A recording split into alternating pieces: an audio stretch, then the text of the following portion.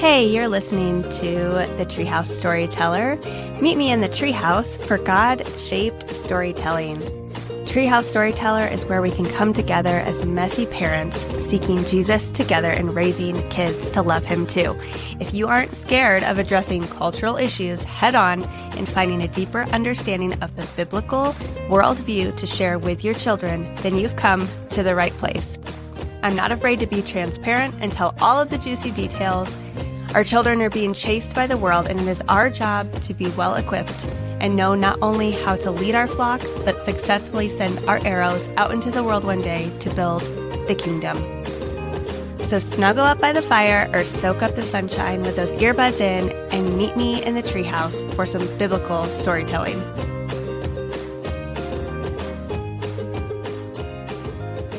Hey, welcome to Upright Christian Parenting. Today I have convinced my husband to join us again. Once again, I think I get like one shot per year or something like that. Little stipend coupon or something. I just start asking for that for my birthday. Hey, join me on the podcast. Do I get a podcast coupon? Anyway, last year was such a hit having us together, and I just wanted to bring him on again. We've got a couple fun things to discuss. Let's not forget, this is the Treehouse Storyteller podcast, and we're actually recording in the treehouse. We are in the treehouse. Yes, we are in the treehouse. I'm glad you mentioned that because I'm just excited and forgot. So we are actually inside the treehouse, and we've got, if you look really hard behind us, if you're on YouTube or Rumble, if I figure out how to use it, we have the animals grazing behind us, so it's super fun. So yeah, that Cody built. Yay. Pretty awesome. Anyway, thanks for joining us. Thanks for listening or watching us online. And we're so excited to have you here with us today. And we have just gone on a big trip. And so we want to talk about that. And it's kind of a big deal for us. And in our marriage, in our almost 18 years of marriage. First trip without the kids. Yep. Very, very first trip without the kids, flying solo. And no, we didn't go to like an exotic island or Hawaii, or where else do people go that are in love and go without their children places? I don't know. I don't even know because we don't go to those places. But we went to AMFest, AmeriFest put on by TPUSA down in Phoenix, Arizona. And there were, I think, 31,000 people registered. Yeah. Cody loves people, but not all in one place. Yeah. That's true. How was that? That was a lot of people. So tell us about the day. Like, what happened the day we needed to fly out? What was going on at home? Well, first of all, anytime we leave the house, we have to make sure everything's taken care of, animals and everything else. But there happened to be a major windstorm moving into the area, and they announced that they were going to shut the power down, not just for a little bit, like multiple days through the weekend. Basically, the entire time we were going to be gone, potential for power outage, and then, of course, the windstorm. And that's to prevent wildfire, because where we are, it's been super dry. Guys, it's 60 degrees out today. I kind of sunbathed today. Tank top, pulled up my jeans, got as much vitamin D as I could. And it's crazy. We're having the warmest year, and we've only had a couple days where it's actually been freezing. Mm-hmm. And so fire danger is obviously a thing in Colorado, and they had to shut all the power off to make sure they prevented any damage or wildfire. Yeah. So, okay, continue. So then what? Yeah, what? Well, so we continue on with our trip, head out to Phoenix, and as soon as we get to our hotel, we learned that a tree had fallen on our house. And so, of course, my immediate reaction is like, okay, call it off. I got to head back and deal with this. And my natural inclination is to, be right at the point of friction, which would have been home with no power and a tree on the house. But, God really grew me this trip because, what we've done here is we've built a very purposeful an intentional community of people. Mm-hmm. I think we talked about the last time you were on the episode too. Yeah. And that's a great point, because the last episode we recorded, like, we talked about building a community. Well, the fruit of that came to fruition, if you will, during this trip, because I had to grow and that I had to surrender and say, no, okay, we built this community for a purpose. And man, they came through big time. Yeah. Our really close friends and community here in the neighborhood stepped up. They jumped right in, helped start generators, keep refrigerators running, keep stuff cool, deal with the tree on the house, like, and they really came through for us in a big way. But that didn't come just by happenstance. That came because we purposely built a community centered around these, just the Christ-centered community that we have here. Yeah, there's intentionality there. Yeah. And of course, that's how the enemy works, right? The enemy doesn't want us to go to the conference, doesn't want us to be fed the way that we were. And the enemy's tactics are to try to pull us away from that. Yeah. And I was falling prey to that initially until, we kind of came to and realized, like, okay, no, we need to be here. And I'm so thankful that we stayed at the conference.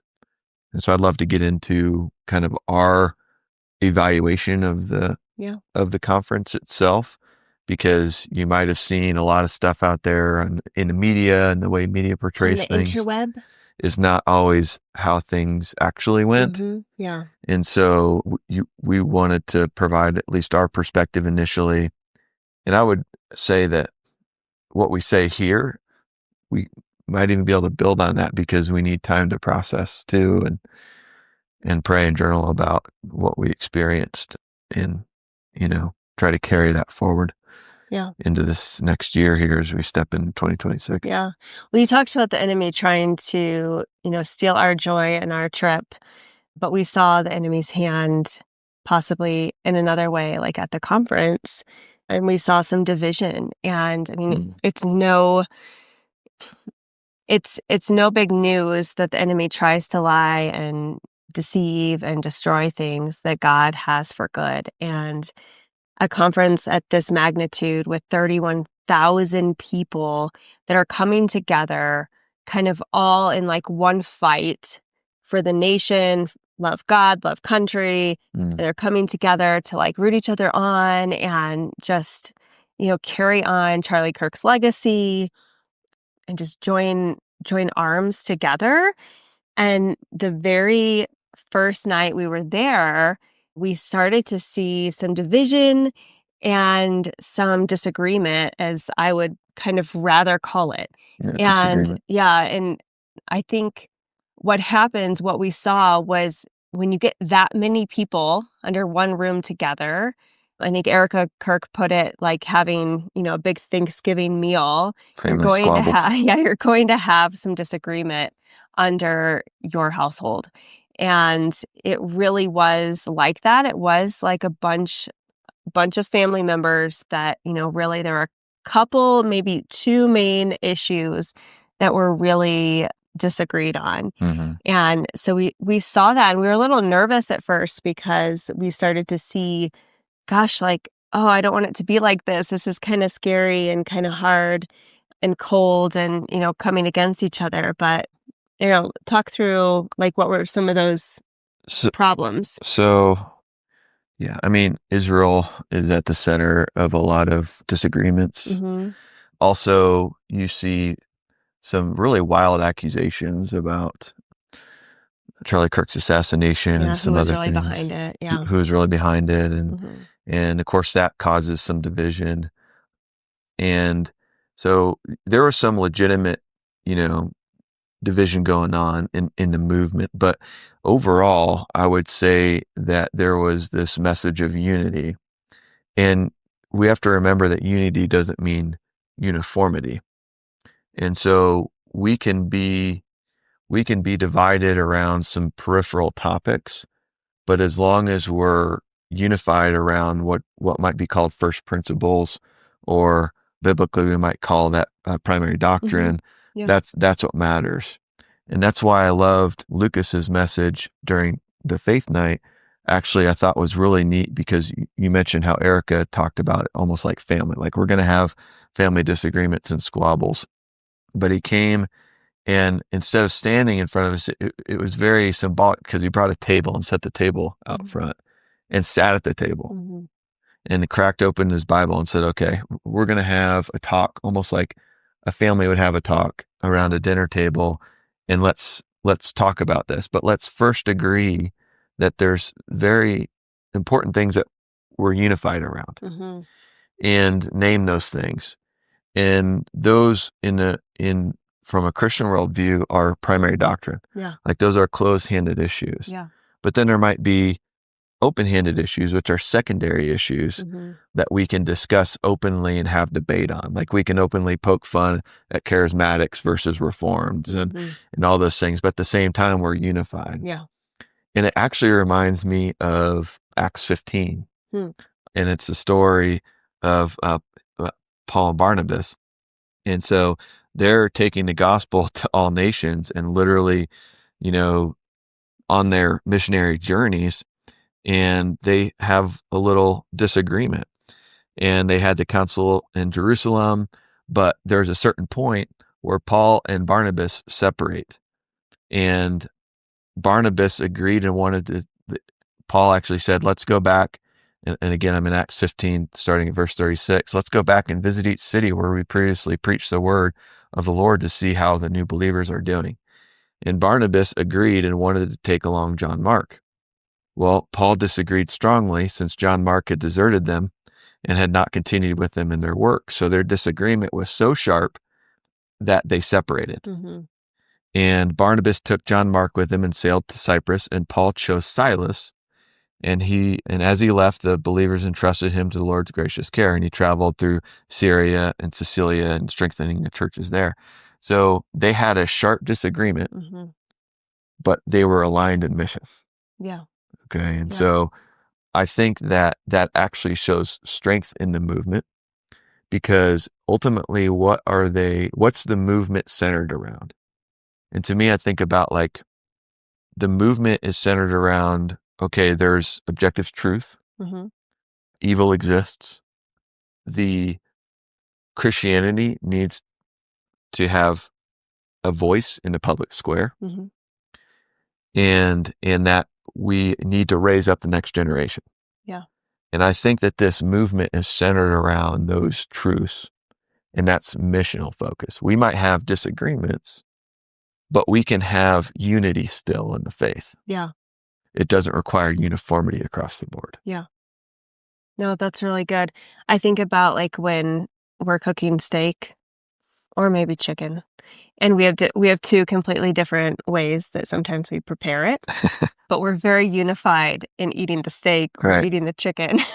Like, it's just like dumb it down to, like, the lowest thing, like things that we, like, bicker over, like, no, you got to pat it dry, or no, did you put this on, or season it this way? And, there's these technicalities that we're always going to come across. Now, I don't say that lightly, though. I think the Israel piece, I don't see that as a technicality. I don't see it as a small thing. I don't see that as the same. It's a big issue. I see that as a big thing.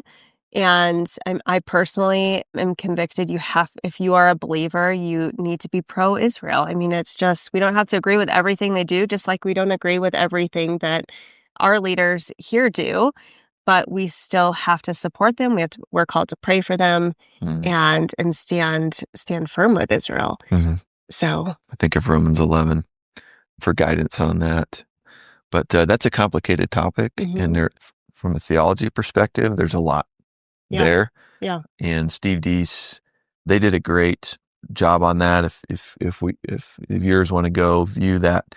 Yeah, the whole conference is on Rumble. So if there's anything that's, like, you're in question or want to go back, like, oh, I missed that, I want to see what they're talking about, you can find the entire AMFest on Rumble. Yeah. So.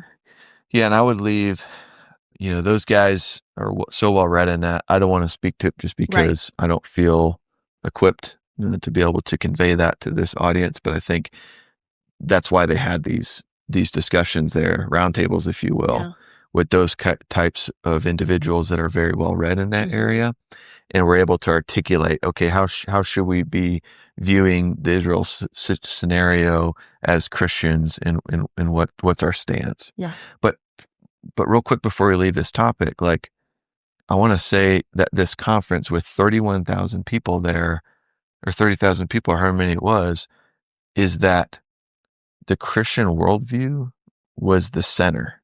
Yeah. It was not shied away from. It was boldly proclaimed. Yeah. From people that you wouldn't otherwise expect, like Russell Brand. Yeah. And I mean, did a phenomenal job, who's a relatively new believer, articulating the gospel message. And I was blown away. I mean, kneeling on the stage and praying before 30,000 people is impactful. And that's what was most encouraging to me. And going back to this concept of unity, we are called to have unity in the body, but not absent of truth and love. And so I think about unity in the body. So how do we view this? What does unity mean, and why unity? And we can go to Ephesians 4 just as our guidepost. And here, Paul's talking to the people in Ephesus, and he starts in verse 2, always be humble and gentle, be patient with each other, making allowance for each other's faults because of your love. We have a lot of those. And make every effort to keep yourselves united in the Spirit, binding yourselves together with peace. For there's one body, one Spirit, just as you have been called to one glorious hope for the future. And so, and it goes on, and here's where he talks about each of us has a special gift to the generosity of Christ Jesus. And he talks about spiritual giftings and how we're all a part of one body. Yeah. And that each part has its own special purpose. That's right. And because each part is different, that creates room for disagreement. And that's okay. But together, we need to be unified around the mission, around the message. Yeah. And the message is the gospel. And then it goes on to explain the gifts that Christ gave to the church, and that there's a responsibility. Okay.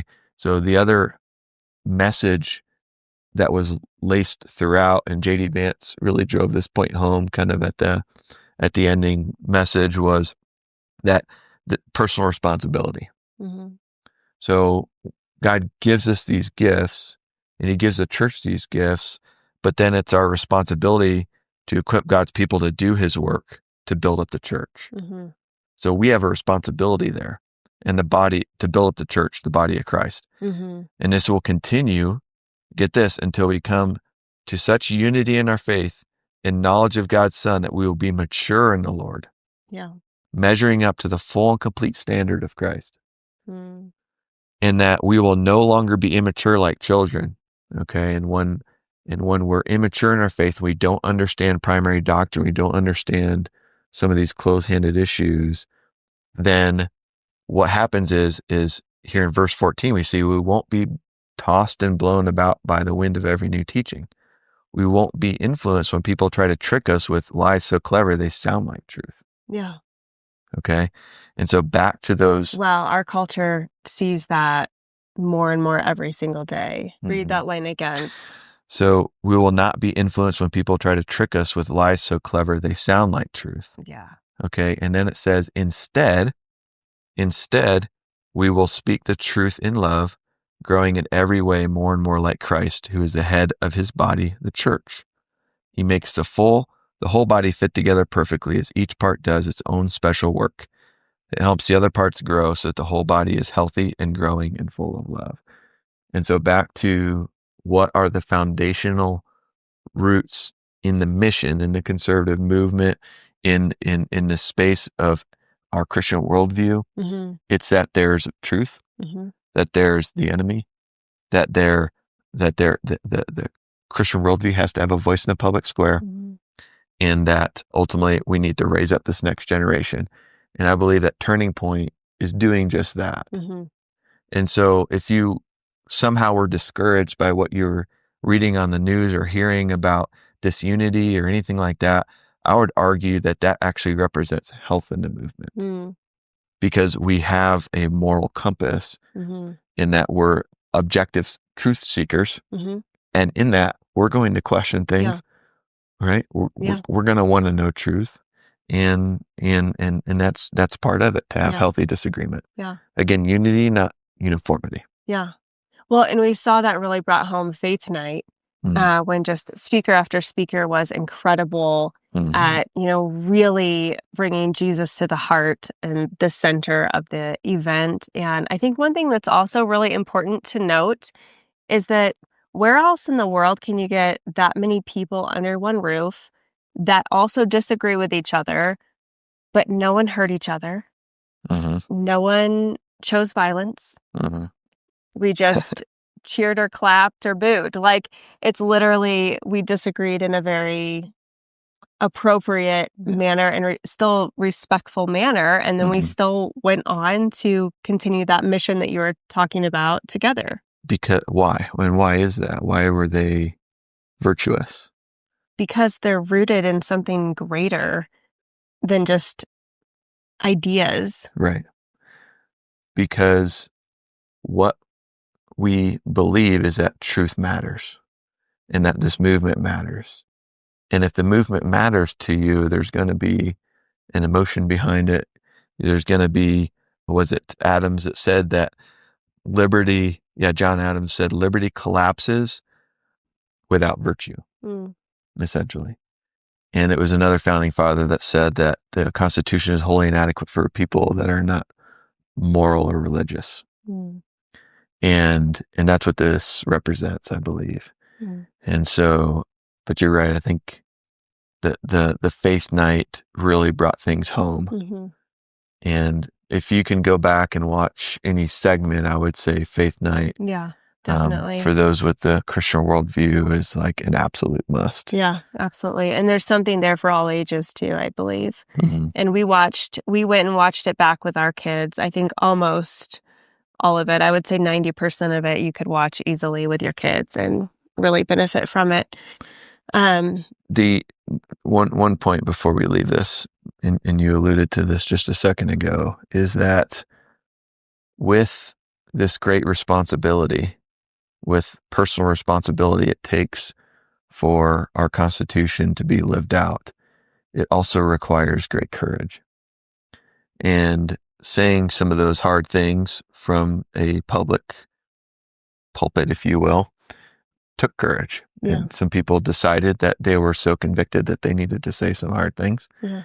And that needs to be how we live our own lives. Right? Like if we always chose to just please people and what we say and everything we do, then are we being completely transparent? Are we being completely, I guess, genuine in our response?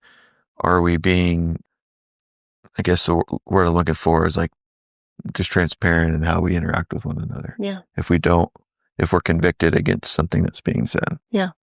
Just being real with our personal convictions that the Lord has given us. Right. So you mentioned some forefathers. So what is, as we are kind of like closing up 2025 and coming into 2026, what historically is so significant about 2026? Well, this will be our 250th anniversary as a nation, the longest constitution to ever survive on this world. It's incredible. And I truly believe that's because the Constitution enshrines rights that were given to us by God. And that's what makes it so great. But we cannot lose sight of, again, the religious and moral responsibility that we have, because we can't just sit back on our laurels and the Constitution work. It requires something of us. And I think from a Christian worldview, Paul calls it our reasonable service. And from a constitutional worldview, it's our responsibility, our civic responsibility. And I think that's important. And so I would love to see, this 250th anniversary, just this revival spread across this nation to allow people to see, the what this movement is capable of. Yeah. And I pray that they can see unity in the movement, not necessarily uniformity, again, but unity in the movement, and that we can be centered around these principles that make our nation really great. Yeah. And yes, we were founded on Christian principles. And that might be an episode for another time, even altogether. For sure. Yeah. And happy to dig into that from a historical perspective. Yeah. And I think where I things just heard started. you volunteer another episode. I would Did you love guys to hear that? I think that's what I heard. The reality is that I learned from so many other great speakers and writers that have done the research. I get to benefit from their writings. And I actually got to meet a few of them out, including Bill Federer and some others. That's really cool. Yeah. Another plug here too is that we use the word primary doctrine. And I really want to drive home the point of the importance of sitting down in your community and in your Bible studies and talking about primary doctrine and what that means. And Turning Point Faith has some great resources to describe exactly. And they're free. They're free resources. All you have to do is enroll. Free resources about primary doctrine. And Lucas sits down with Dr. Jeff Myers from Summit Ministries down in Colorado Springs area. Well, he's actually in Manitou, Manitou Springs. And there's others on there that are phenomenal theologians. There's tons of resources there. Yeah. Frank Turek, and the list goes on. Bill Federer, a bunch of others that are a part of that free resource that you can do. And it just dig in. When I think of 1 Peter 3:15 talks about always be ready to give a defense of our faith. And when people ask us where our hope resides, and we need to be able to articulate some of our beliefs, so then that way we can defend our faith. At any moment. Yeah, and knowing the why and the biblical why behind some of these beliefs is really impactful, especially when we get among more people that don't have that worldview, and now we can actually talk intelligently about it and respectfully, because we're not just defending it from this state of feeling like we're on the hot seat or whatever, but we're defending the Lord's word. And I think that's a big difference of, just feeling defensive versus, no, you guys got to understand this because look how the Lord talks about it. This is the why behind why he tells us these things, whatever the topic is. You touched on two things. One, when we give a defense of our faith, we're supposed to use the word respectful. And you're exactly right. It says, instead, you must worship Christ, the Lord of your life. And if someone asks about your hope as a believer, always be ready to explain it. Do this in a gentle and respectful way. Keep your conscience clear. Then if people speak against you, they will be ashamed when they see what a good life you live because you belong to Christ. Our son Elijah and I were actually researching about Justin the Martyr, who lived in the early church in Rome, and he was actually really into Stoicism, early teachings of of Aristotle. Sorry. Yeah. He knew what I meant. I knew what you meant. Early teachings of Aristotle and the Stoic movement. And he was very, very well read and smart, but he was radically saved. And he stood in the public square and in open debate in these forums with other Stoics and stuff, basically preaching the truth, preaching the word of God in the public square. Because Christians at that time were viewed negatively by a lot of Roman culture in the Roman Empire, and they were blamed for the massive fire that was there during the reign of Nero and others. And so it's interesting. I mean, historically, Christians have been blamed for things. Oh man, so much. But he was immovable, and he stood for truth in the public square, and he spoke it boldly in love. He was ultimately martyred for it. And I just think and draw the parallels between him and Charlie Kirk, how he just boldly proclaimed truth and unwaveringly so. And that's what this movement represents. It represents Charlie Kirk's legacy that we, I believe, are called to pick up the pieces, to carry out. And that is the message I believe Erica was trying to get across when she stood on that stage so boldly in the beginning, was to say, look, this movement is going to continue. It's not going to come without some squabbles, some disagreements. Yeah. But we can still do it in unity. Yeah. So what does that look like practically? You are a big proponent for something you refer to as daily habits. And so I think we can go to some big, huge conference. We can have that like mountaintop experience, if you will, and come home, but we have to come home to daily life. And so what does that look like when you mentioned kind of the different ideals the movement has? The last piece of that was raising up the next generation. And so as a family living in our home, like what does that look like day to day? Yeah, that's a great point. When you talk about the next generation, my advice to the next generation would be discipline and daily habits. God didn't give us a spirit of fear or timidity, but of power, of love. And some translations say sound mind. That word actually is sophronismos in the Greek, which is also more closely referred to as self-discipline, the ability to regulate oneself. And it takes discipline to invoke these daily habits, because establishing good daily habits in your day-to-day allow you to be able to dig into things like history and theology and just studying the word every day and grounding yourself in truth to equip you for the world. And so we talk about daily habits in our household a lot, but those daily habits are rooted in scripture and the truth. We have to be like mighty oaks of righteousness, our roots growing down deep in God's word, in the water, the river of life, and like trees growing along the river, as it says in Psalms 1.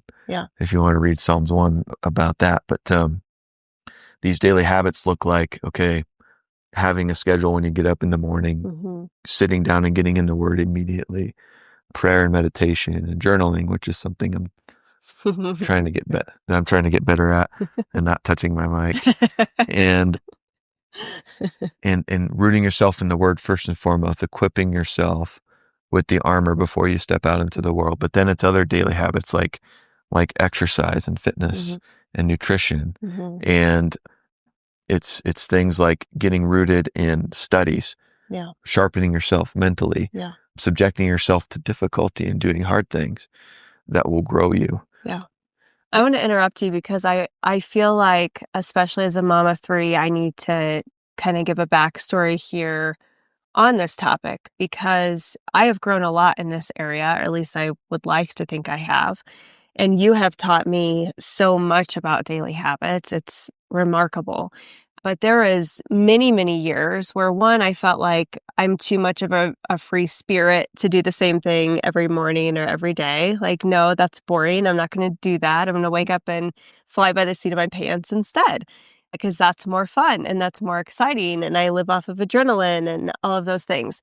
And I have put into practice a lot of these daily habits that he's talking about. But there were so many years where that was like probably a point of contention for us, because you saw a way that I could improve or better myself or better us together.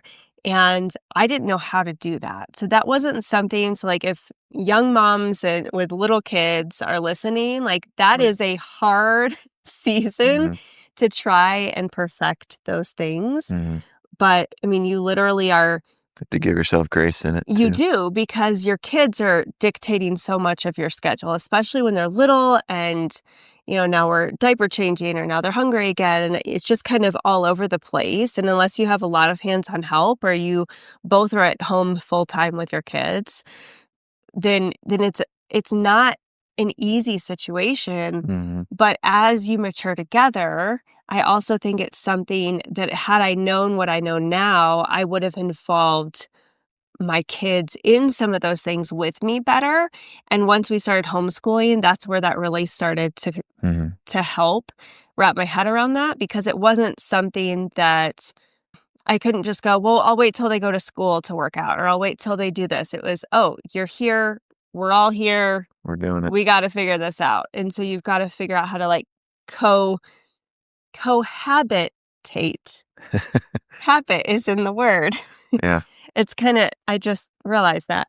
But I mean, really just, being together in the same place, doing life together. 2020 didn't teach any of us anything else. I mean, maybe it was how to do that. So, but I think I wanted to make sure that there wasn't any condemnation there or pressure, because no condemnation. I'm sitting there listening to his incredible list of habits going, oh gosh, this could be overwhelming if you're not in the season of life that we are now in, where our youngest will be 7 in March. And we've got a 15-year-old driver and a 13-year-old that acts like she's 16. Yeah. It's modeling it. Yeah. And it's a little bit, what do you say about like improving every day? Marginal gains. Mm-hmm. Yeah. It's this idea of 1% better than yesterday. Yeah. And marginal gains is how we get better rooted in primary doctrine.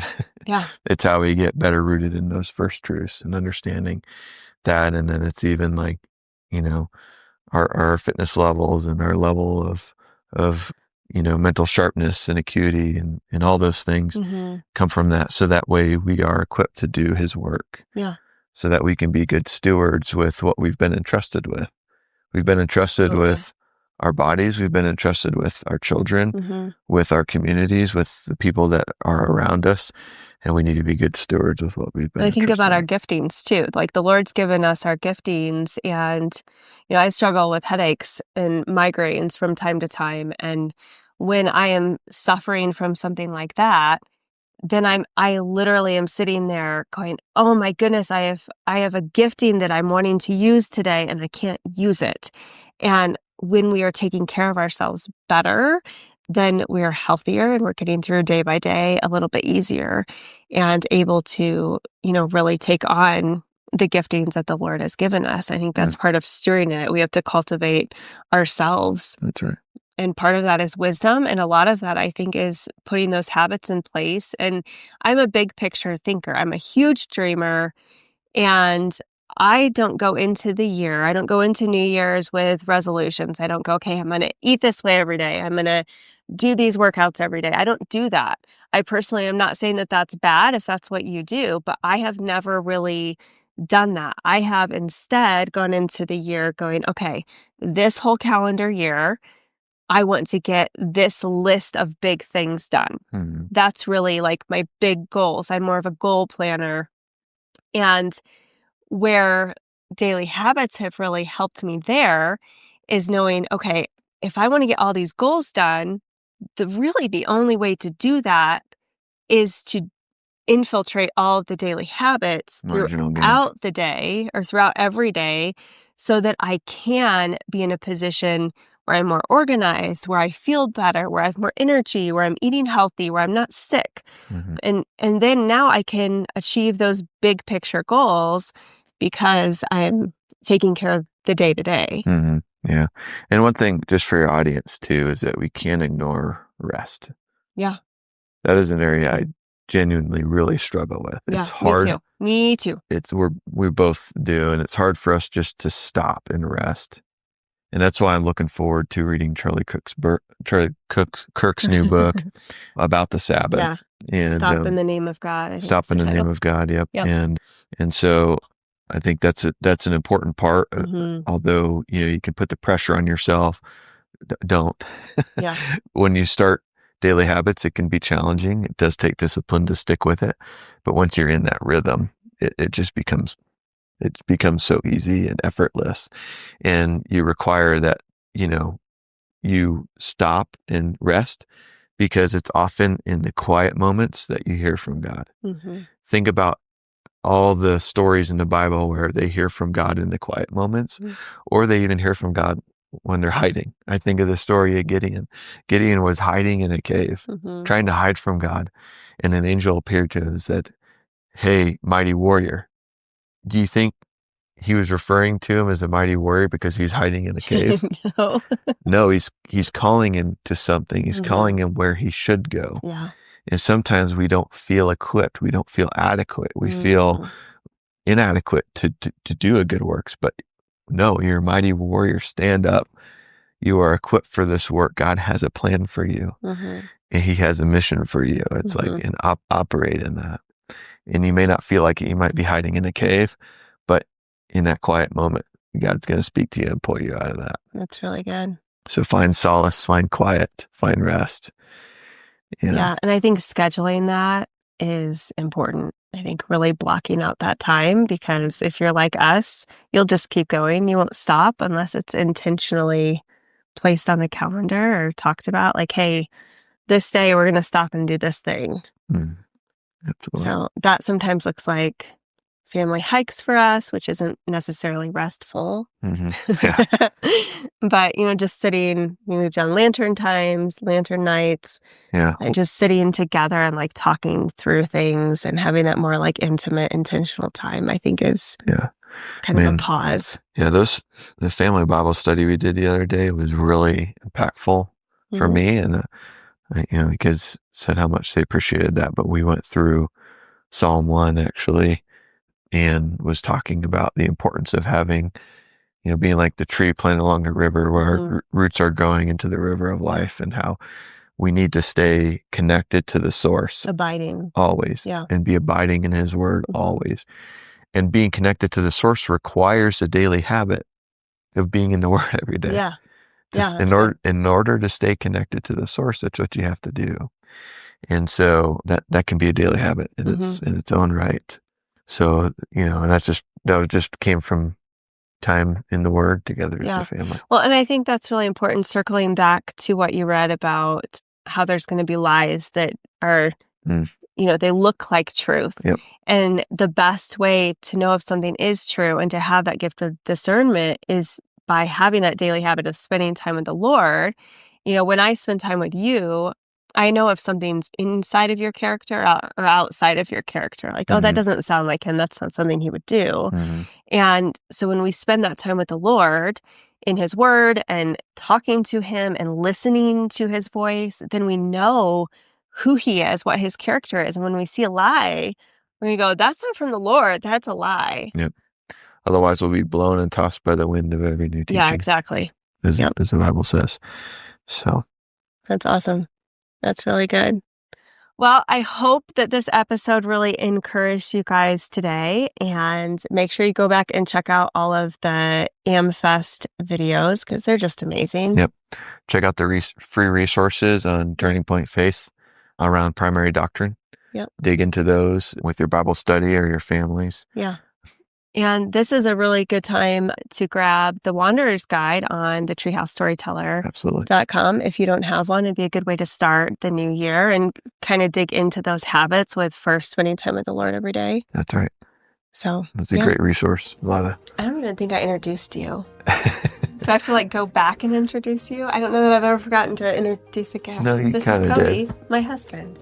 Hi, everyone. So, yeah. Thanks for having me. It'd be weird for people that haven't been introduced to you before. Like, wow, they seem very close. Yeah, and what if I kissed you?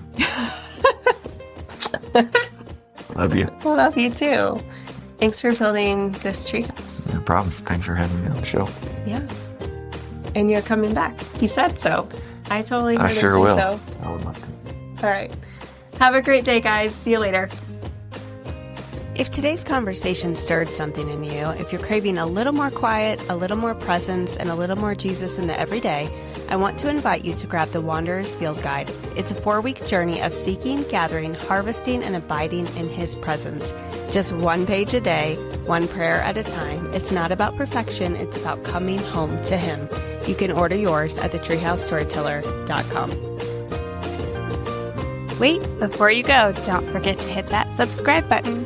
And follow us on Facebook or Instagram at the Treehouse Storyteller so we can stay connected.